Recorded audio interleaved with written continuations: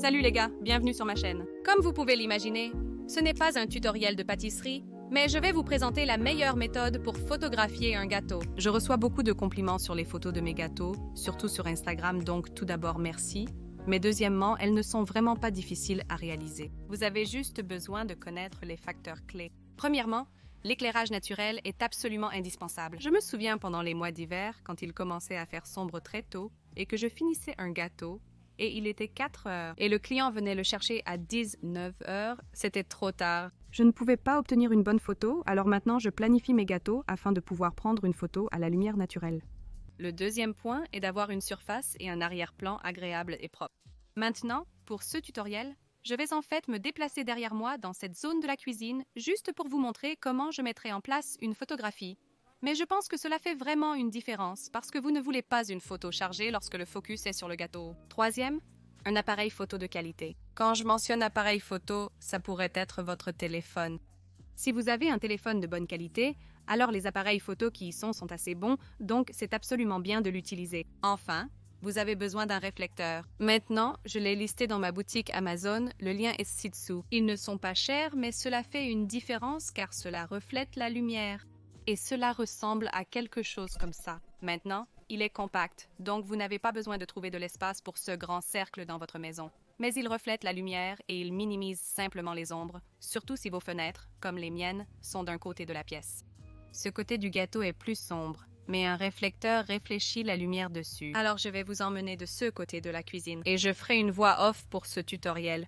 Principalement parce que j'utilise cet appareil photo pour photographier mes gâteaux. Alors j'essaierai d'expliquer tout ce que je peux et de vous montrer comment je prépare une photo parfaitement bonne. Donc la première chose à considérer lors de la prise d'une photo est la surface et l'arrière-plan. Comme je l'ai dit, vous le voulez propre et rangé. Donc ce que j'ai réellement, ce sont 2 dalles de marbre. Maintenant, j'ai un ami qui travaille justement dans une usine de marbre, donc c'était facile pour moi de me procurer cela. Mais ce que vous pouvez faire, c'est en fait aller dans une boutique de carrelage et leur demander des échantillons, ou obtenir du papier qui a peut-être été imprimé avec un motif de marbre et le mettre sur la surface. Donc, cela n'a pas du tout besoin d'être du vrai marbre. Et puis, en ce qui concerne le fond, si vous avez un joli mur blanc ou coloré, alors c'est parfait. Mais je n'aime pas vraiment l'aspect de mes briques derrière le gâteau, donc j'ai en fait ces wafels, grands morceaux de carton coloré, et je les change en fonction du gâteau. Je vais photographier un gâteau rose, alors j'ai pensé que le jaune serait approprié. Je vais donc simplement placer le gâteau sur le marbre, et la lumière naturelle vient de cette direction, et vous pouvez le dire parce que ce côté du gâteau est en fait plus sombre. C'est ici que le réflecteur devient utile. Observez la différence en plaçant le réflecteur près du gâteau. Voyez-vous? Il illumine totalement ce côté du gâteau. Je vais l'ôter pour que vous voyiez la différence. Vous pouvez toujours le modifier dans les programmes par la suite, mais pour être honnête, j'aime me faciliter la vie, donc je préférerais simplement obtenir une bonne photo dès le départ. Comme mentionné, vous pouvez prendre la photo avec un véritable appareil photo ou un téléphone. Je vais vous montrer comment utiliser l'appareil photo. Maintenant, je ne suis pas du tout un photographe professionnel, mais je sais comment utiliser un appareil photo. Donc, je vais essentiellement vous donner un tutoriel pour les nuls. J'ai installé l'appareil photo, comme vous pouvez le voir, sur un trépied. C'est crucial de stabiliser l'appareil photo pour une image nette. Ma batterie est faible, donc je vais vite le positionner pour vous montrer le gâteau. J'aime cet angle. C'est un très bel angle car vous pouvez voir le dessus du gâteau et le côté. Si c'est trop bas, vous ne voyez que les côtés du gâteau, et si c'est trop haut, alors vous ne voyez pas du tout les côtés. Pour être honnête, c'est totalement à vous de décider comment vous souhaitez le photographier, mais c'est mon opinion personnelle. De plus, un peu de brique est visible sur le côté. Cela ne me dérange pas car je vais en fait recadrer cette photo en carré car c'est pour Instagram, mais encore une fois, si vous voulez l'image complète, alors peut-être simplement obtenir un fond plus large. Donc, en CE qui concerne l'exposition, la plupart des appareils photo numériques ont cette échelle et vous voulez qu'elle soit réglée sur 0 car c'est l'exposition optimale et je suis aussi en réglage manuel. Donc, ce que je tends à faire est de focaliser le gâteau. Et puis sur mon appareil photo, il y a un petit cadran ici. Et je peux régler l'exposition plus haute ou plus basse si je le souhaite. Donc, je vais le régler à 1/10 et c'est la vitesse de l'obturateur. Maintenant, je veux qu'il soit légèrement surexposé car je trouve que lorsque je prends une photo, elle est généralement beaucoup plus sombre qu'elle ne devrait l'être. Donc, je vais juste le surexposer très légèrement. Ce que je vais aussi faire, c'est le régler sur une minuterie de 2 secondes. Quelqu'un m'a appris ceci que j'ai trouvé très utile. Plutôt que d'appuyer sur l'appareil photo et de prendre la photo tout de suite, parce que vous pourriez faire bouger l'appareil, il vaut mieux le laisser sur le trépied et attendre 2 secondes pour que l'appareil photo soit absolument immobile, et je vais vous montrer ce que je veux dire maintenant. Si je le mets au point et que je le presse, il prend la photo 2 secondes après que je le tiens, donc je n'obtiens aucun mouvement de l'appareil photo. D'un autre côté, je peux aussi tenir le réflecteur et ne pas avoir à me soucier de prendre une photo en même temps, comme ça. Donc, vous pouvez voir la différence quand je place le réflecteur, puis je prends une photo avec une attente de 2 secondes. Et ça le fait automatiquement. Donc, j'aime avoir quelques options quand il s'agit de photographier le gâteau. Donc, je vais prendre 4 ou 5 dans des positions légèrement différentes, puis j'aime zoomer et prendre quelques photos de certains détails également. Je vais donc ajuster l'appareil photo et me focaliser sur les détails. Encore une fois, je lève le réflecteur et je prends une photo. L'avantage d'un appareil photo est une qualité d'image supérieure. Donc, si vous voulez faire des impressions pour des magazines, vous avez besoin d'une photo de haute qualité. Si vous voulez juste prendre des photos pour Instagram, vous pouvez le faire avec votre téléphone. Prendre une photo sur son téléphone est plus simple qu'avec un appareil photo. C'est beaucoup plus automatique et vous pouvez en quelque sorte changer la mise au point et l'éclairage simplement en appuyant sur votre écran plutôt qu'en jouant avec les paramètres. Ainsi, chaque appareil photo de téléphone a des paramètres distincts. J'ai un iPhone et il a ce mode portrait que j'adore utiliser, mais j'ai tendance à l'utiliser et à le poster sur mes histoires. Je crois que ça a à voir avec l'éclairage, mais certains le préfèrent vraiment sur ma page. Donc, la décision vous revient encore une fois. De plus, le meilleur aspect d'un téléphone est que vous pouvez simplement sélectionner rapidement une vidéo et prendre une très belle vidéo en gros plan des détails du gâteau. Donc, si vous postez une photo sur votre fil principal sur Instagram, et ensuite vous pouvez poster la vidéo dans vos stories ou en tant que carrousel, il y a plein d'options et il n'y a pas de bon ou de mauvais choix. Donc, comme je l'ai dit, j'aime ensuite éditer mes photos sur Photoshop. Maintenant, je ne suis pas du tout une experte, mais j'ai mes propres méthodes. N'hésitez pas à utiliser vos programmes de montage, ou peut-être ne souhaitez-vous même pas éditer la photo. C'est totalement à vous de décider. Mais j'aime mettre la photo sur Photoshop et juste m'assurer qu'elle est bien droite et que l'éclairage est uniforme. Voici donc la photo que je viens de prendre. Et ce que j'ai remarqué tout de suite, c'est qu'elle n'est pas droite. Et je peux le dire en appuyant sur M, je peux voir qu'elle n'est pas droite. Donc je vais appuyer sur commande A, qui sélectionne tout le cadre, puis sur commande T, qui est la transformation. Maintenant, j'utilise simplement tous les raccourcis que j'utilise habituellement, mais vous pouvez aller sur Éditer et Transformer, et c'est ainsi que vous y arrivez. Mais on transforme avec commande T ou CTRL T. Il suffit simplement de le faire pivoter. Vous pouvez utiliser une application sur votre téléphone, mais c'est mon avis. J'aime le rendre bien droit. Alors, faisons juste une vérification. Non, il nécessite encore des modifications. Alors, recommençons comme ça. Donc, je vais juste vérifier qu'il est droit. D'accord, donc c'est assez droit. Je suis contente de ça. Je vais ensuite recadrer la photo en carré. C'est pour Instagram et toutes mes photos sont carrées. Si vous voulez le garder plus en mode portrait, alors c'est totalement à vous de décider. Mais si vous maintenez la touche Shift enfoncée puis sélectionnez une zone, cela crée un carré.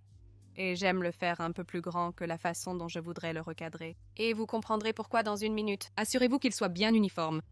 Image recadrer. Et vous pouvez également voir que tout l'arrière-plan, comme cet arrière-plan supplémentaire, si je reviens en arrière, tout ce carrelage et le bord du marbre ont disparu. Donc c'est carré. Et maintenant, je vais juste m'assurer qu'il est bien centré. C'est donc ainsi que j'aime le mesurer. Je crée un carré assuré d'être égal de 2 côtés, ce qui n'arrive jamais en réalité. Je peux donc maintenant zoomer un peu. Donc, en parlant de montage, je me réfère à l'éclairage, pas au gâteau. Je suggérerais de ne jamais modifier votre gâteau, surtout si vous le donnez à un client. Vous ne voulez pas lui donner une fausse impression du gâteau, n'est-ce pas? Donc, je vais simplement corriger cette petite ombre ici. Et vous voyez que mon marbre est en fait 2 ardoises assemblées. J'aime juste fermer ça. Donc, j'utilise en fait cet outil de tampon astucieux. C'est ça.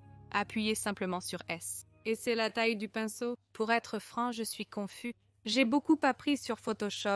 Il y a plein d'autres tutoriels sur YouTube. Si vous devez faire quelque chose, recherchez-le simplement sur YouTube. Donc, je vais simplement zoomer et descendre là où la marbre a cette fissure. Et je vais cloner le morceau juste à côté, le ramener.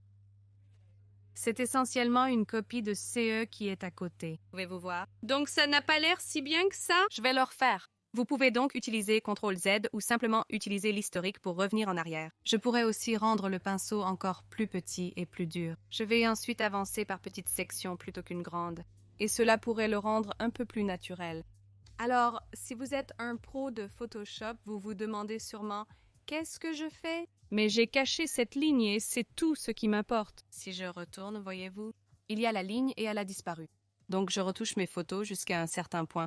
Je vois maintenant que c'est trop sombre pour ma page. Cela signifie simplement que mes photos sont généralement lumineuses. Et si je mets soudainement une photo sombre, cela montre vraiment la différence. Donc, j'aime appuyer sur les niveaux qui est sur la commande L ou ici en haut. Vous pouvez aller aux ajustements puis aller au niveau. Et ce genre de graphique augmente ou diminue la luminosité et l'exposition. Et puis ces deux choses sur le côté font des ombres et des reflets. Donc, pour le rendre très lumineux, vous faites ça. Naturellement, je ne vais pas faire cela. J'augmente simplement la luminosité globale puis renforce les ombres pour plus de profondeur. Et une fois que j'ai fait ça, appuyez sur OK. Et vous pouvez voir que c'est beaucoup plus lumineux qu'avant.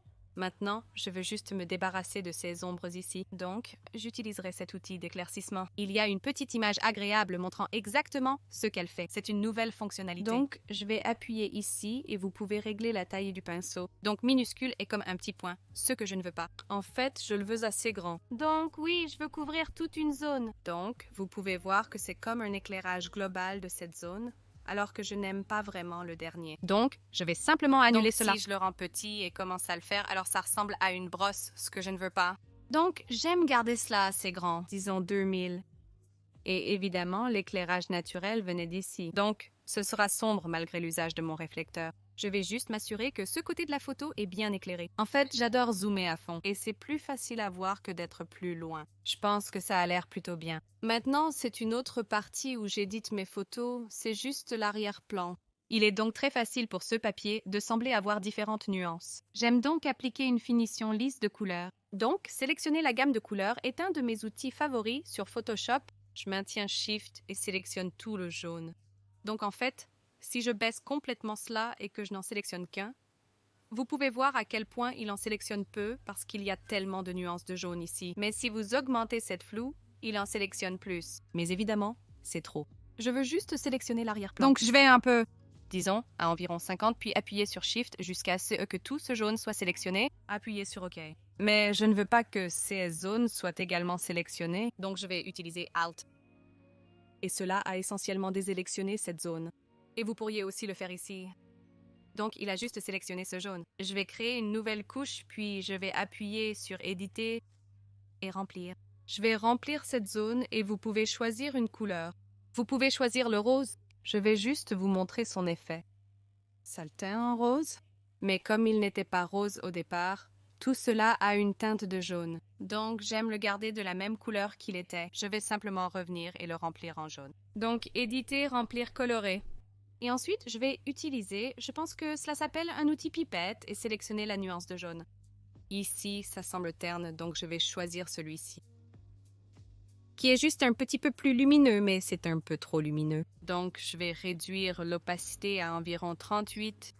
Donc, vous pouvez voir à quoi ça ressemble sans et avec. Cela nettoie simplement très légèrement l'arrière-plan. Je vais aussi lui donner un flou. Donc, filtre, flou, flou gaussien. Je pense que c'est comme ça qu'on le dit. Vous pouvez voir qu'il donne plutôt un contour flou qu'un contour très net. J'aime simplement flouter un peu l'arrière-plan. Puis cela ne semble pas très différent, mais je vais simplement masquer cette couche. Vous voyez la différence? Donc, je n'ai pas touché au gâteau. J'ai simplement nettoyé l'arrière-plan. Et ensuite cliquer avec le bouton droit ici et fusionner visible. Donc maintenant, c'est une seule couche. La dernière chose que je vais faire, et c'est moi qui suis très pointilleuse, c'est cette zone ici. Et cette zone ici semble un peu jaune. Et je veux que ce soit un peu plus gris. Donc je vais sélectionner cette gamme de couleurs. J'aime comment j'ai dit que je n'édite pas mes photos, et puis je finis par en éditer pas mal. Mais vous voyez ce que je veux dire? Je veux dire, je ne change pas la forme de mes gâteaux. Décochez simplement cela, je ne le veux pas. Et je vais simplement appuyer sur commande U, ce qui fait apparaître ceci, et réduire la saturation. Et cela va simplement éliminer la couleur jaune dans cette zone et la rendre un peu plus grise comme ça. Donc, pour revenir à fusionner visible, vous pouvez voir que ça passe du jaune au gris. Donc, je suis satisfaite de l'apparence. Je pense que ça a l'air vraiment bien et propre. L'arrière-plan est agréable et propre. J'ai éliminé ce petit peu d'ombre même s'il y en a un peu là, mais c'est OK. Et maintenant, je vais le sauvegarder. Options. Join Photographic Experts Group. Je ne maîtrise pas totalement l'exportation d'images, mais j'ai compris qu'on peut créer un gros ou un petit fichier. Vous désirez évidemment une image de haute qualité, pas un petit fichier. Mais si c'est un gros fichier, il perd en réalité de la qualité lors du téléchargement sur Instagram en raison de sa haute qualité. Instagram n'a pas besoin d'une haute qualité. Donc, je le fais en fait jusqu'à 10, donc toujours élevé, mais pas au maximum. Appuyez sur OK. Donc, une fois que je l'ai enregistré, je vais maintenant le transférer sur mon téléphone. Et pour faire ça, j'aime utiliser AirDrop, donc faites un clic droit. C'est une fonctionnalité de Mac et Pomme qui préserve la qualité. Donc, si je fais un clic droit et que je partage via AirDrop, cette fenêtre devrait apparaître. Donc, je vais l'envoyer à mon téléphone via AirDrop CE qui conserve la qualité. Il est donc temps de télécharger la photo sur Instagram. Comme vous pouvez le voir, j'ai sélectionné ma photo et j'aime vraiment les outils de montage sur Instagram. Je pense qu'ils sont vraiment bons pour les photos, surtout avec les gâteaux. Je crois qu'ils augmentent la saturation plus efficacement que Photoshop. C'est donc à ce moment que je fais mes dernières retouches. J'ai donc sélectionné ma photo de gâteau et j'appuie sur Suivant. Et maintenant, ce sont des filtres. Honnêtement, je ne les manipule pas, mais je les trouve sympas. Mais pour moi, j'aime juste garder le gâteau naturel tel qu'il estimate. Mais je sélectionne le bouton d'édition en bas à droite. Maintenant, si vous cliquez sur Ajuster, vous pouvez ensuite ajuster. Donc, si le gâteau n'est pas à niveau, rectifiez-le maintenant. Mais je l'ai fait dans Photoshop. En cliquant sur Luminosité, je peux l'éclaircir un peu. Et je pense, encore une fois, que cet outil d'édition l'augmente de la bonne manière. Parfois, Photoshop peut être un peu trop dur avec ça. Jusqu'à environ 10, appuyez sur Terminer. J'ai oublié de mentionner un autre facteur important. Assurez-vous que votre luminosité est au maximum pour que vous puissiez voir à quoi ressemble vraiment le gâteau. Je suis satisfaite du contraste et de la structure. Je suis contente, la chaleur est agréable. Si votre appareil photo a capté de la chaleur, vous pouvez ensuite la réduire ou vice-versa. Mais une fois de plus, je suis satisfaite de la situation. Maintenant, la saturation. C'est ce que j'aime augmenter à environ 16, 17 selon la photo. Et ce qui est bien ici, c'est que si vous maintenez la photo enfoncée, vous pouvez voir la différence. Je vais augmenter davantage pour que vous voyez. En tapant sur la photo, vous pouvez voir son état original. Mais je vais le ramener à environ 17 et appuyer sur Terminer. Et puis une autre fonctionnalité que j'adore absolument, et l'outil d'affûtage tout à l'arrière. Et ça semble un peu fou, mais je le mets à environ 50 et je pense simplement que cela donne une image vraiment nette et claire, surtout parce que les photos Instagram sont si petites. Vous voulez vraiment qu'elles ressortent, surtout parce que vous voulez l'attraction, n'est-ce pas? Évidemment, trop c'est un peu trop dur. Donc, je vais à 50 et clique sur Terminer. C'est plus ou moins prêt à partir. Mais le plus important à mes yeux, c'est qu'il s'intègre bien à ma page. Comment garantir son intégration à la page? Vous voyez les deux boutons, celui du haut au centre ressemble à une baguette magique, et puis l'un a une flèche pointant vers le bas avec une ligne. C'est un bouton de sauvegarde. Donc je vais sauvegarder l'image telle qu'elle estimated. Et ensuite, je vais ouvrir cette application appelée Aperçu. Maintenant, c'est une application incroyable. Je ne sais pas ce que je faisais sans elle. En réalité, je téléchargeais une photo, jetais un œil à ma page, puis la supprimais immédiatement. C'est une appli gratuite. Vous pouvez avoir des pubs occasionnelles ou la payer. Je ne suis pas certaine, mais ça vous montre l'apparence de votre page. Et ensuite, vous pouvez aller de l'avant et télécharger cette photo. Donc, si vous appuyez sur le bouton plus dans le coin supérieur, vous pouvez ensuite sélectionner vos photos et elles apparaîtront dans le coin supérieur gauche de la grille. Et vous pouvez voir si cela convient bien, ce qui est le cas à mes yeux. Ensuite, vous pouvez télécharger cela sur Instagram, ce que je ne ferai pas maintenant car je ne souhaite pas télécharger cette photo précise actuellement. Mais je peux voir que c'est prêt pour Instagram. Et ensuite, vous pouvez toujours simplement revenir au bouton de retour en haut à gauche. Et ensuite, sauvegarder les brouillons. Il est sauvegardé dans vos brouillons pour une utilisation future. Donc, une fois prêt, cliquez sur le brouillon pour le télécharger. Il est déjà édité. Rédigez ensuite votre légende et publiez-la sur Instagram. Merci d'avoir suivi ce tutoriel. J'espère que vous l'avez trouvé utile. Si vous prenez en compte les points clés que j'ai mentionnés lors de la prise d'une photographie, vous allez vraiment remarquer une différence. Faites-moi confiance. Comme je l'ai mentionné, tout mon matériel de photographie est dans ma boutique Amazon. Le lien est ci-dessous. Si vous avez des idées pour d'autres tutoriels, laissez un commentaire. J'apprécierai votre retour. Nous espérons que vous avez apprécié et à très bientôt.